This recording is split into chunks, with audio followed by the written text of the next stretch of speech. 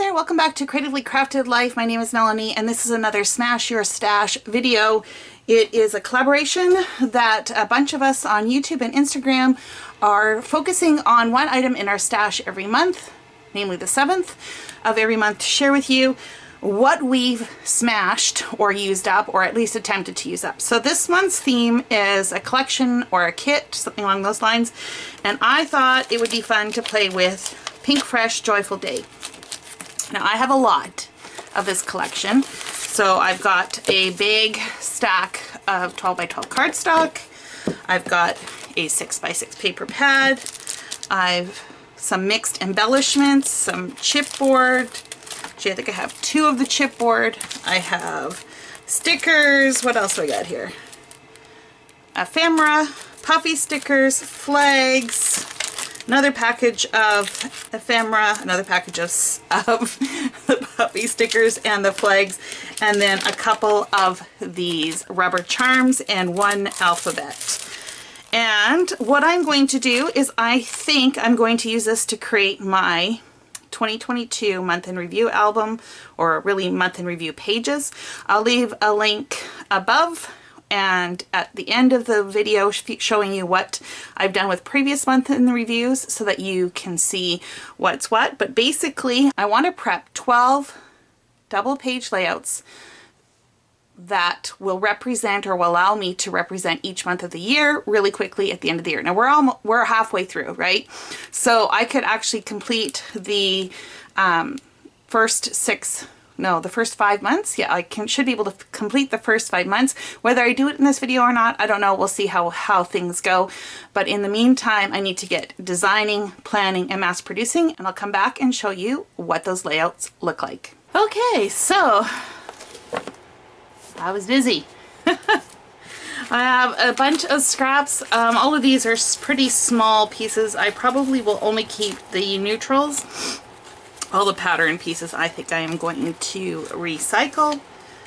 I do still have quite a bit of cardstock left, as you can see, and that's mostly because I had a couple packs, so which I needed, right? So I had 2 12 by 12 and I think maybe some extras. I used 24 sheets, so that's a whole pack and a bit, so I'm really happy about that. Plus I used a bunch of solid cardstock, which I've been focusing on using as well. As far as embellishments go, I made a very small dent into the alpha. These are just going to go back into my regular stash. I don't think I'm going to keep it with this collection anymore. I did not touch the 6 by 6 papers at all. This will go into my 6 by 6 paper stash. I have a full puffy stickers. I have a few of these dimensional stickers left. I pulled in some enamel dots as well. These are all that I have left of the first pack. I used quite a few of the stickers, not all of them, but quite a few.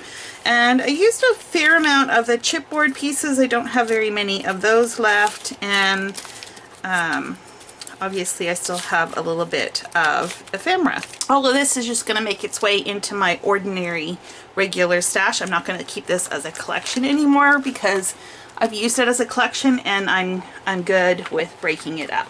So basically these are base pages to summarize each month in my scrapbook, and they're usually to house photos that I wouldn't do a separate layout for. So they're kind of random odds and ends, that kind of thing. So I do like to add mats down so I know where the photo placement is.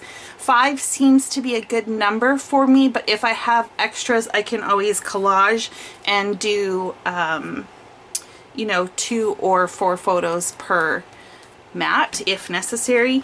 And you can see I also added a mat of black around the back. One of the things with PInkfresh paper is a lot of it has a white base, and so white cardstock on the white cardstock, it needed a little something. So I started to do this mat with some, and then I decided I was going to do it all, and I rotated between black and navy. I kept the embellishments pretty simple, just used what was in the collection, and all of the months used those alpha stickers, and I just did the 3-letter short form of the month. And so basically I've got room either here or here for journaling. So that would be January. Here is February. They are basically the same design. I did switch up the photo placement though from month to month just to keep things interesting. Here is March. I introduced a punch for some leaves as well as for the butterflies. Here's April. Another reason why I like to switch things around a little bit is so that not all the thickness is in the same spot. This way, when I have the stack, it doesn't, like, it's not thin on one end and big on the other. That's April.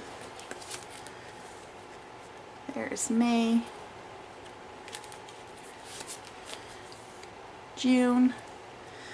Now, just looking at these with these large mats, it does look overwhelming, but by the time you add a photo, it will lighten it up considerably because you're only going to see like 1/8 of an inch probably around the photos.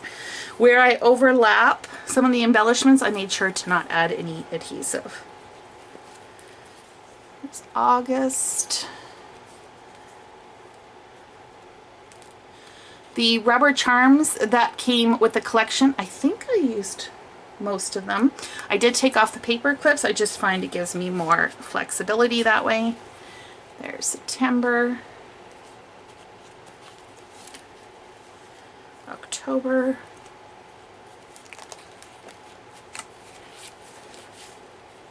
November. And then finally December. So happy to have these ready. As I mentioned at the beginning of the video, I'm almost halfway through the year, so I could actually go in and fill out the first 6 months, which I might do here shortly. I don't know, we'll see what I feel up to, and then be even that much closer. So if nothing else, I will have the entire year documented in really quick manner, even if not everything is done, if that makes sense, right? So I at least have a representation of the year finished. So that is it. Thank you so much for joining me. Be sure to check out the other collaborators in the description below, see what projects they came up with, and until next time, happy crafting.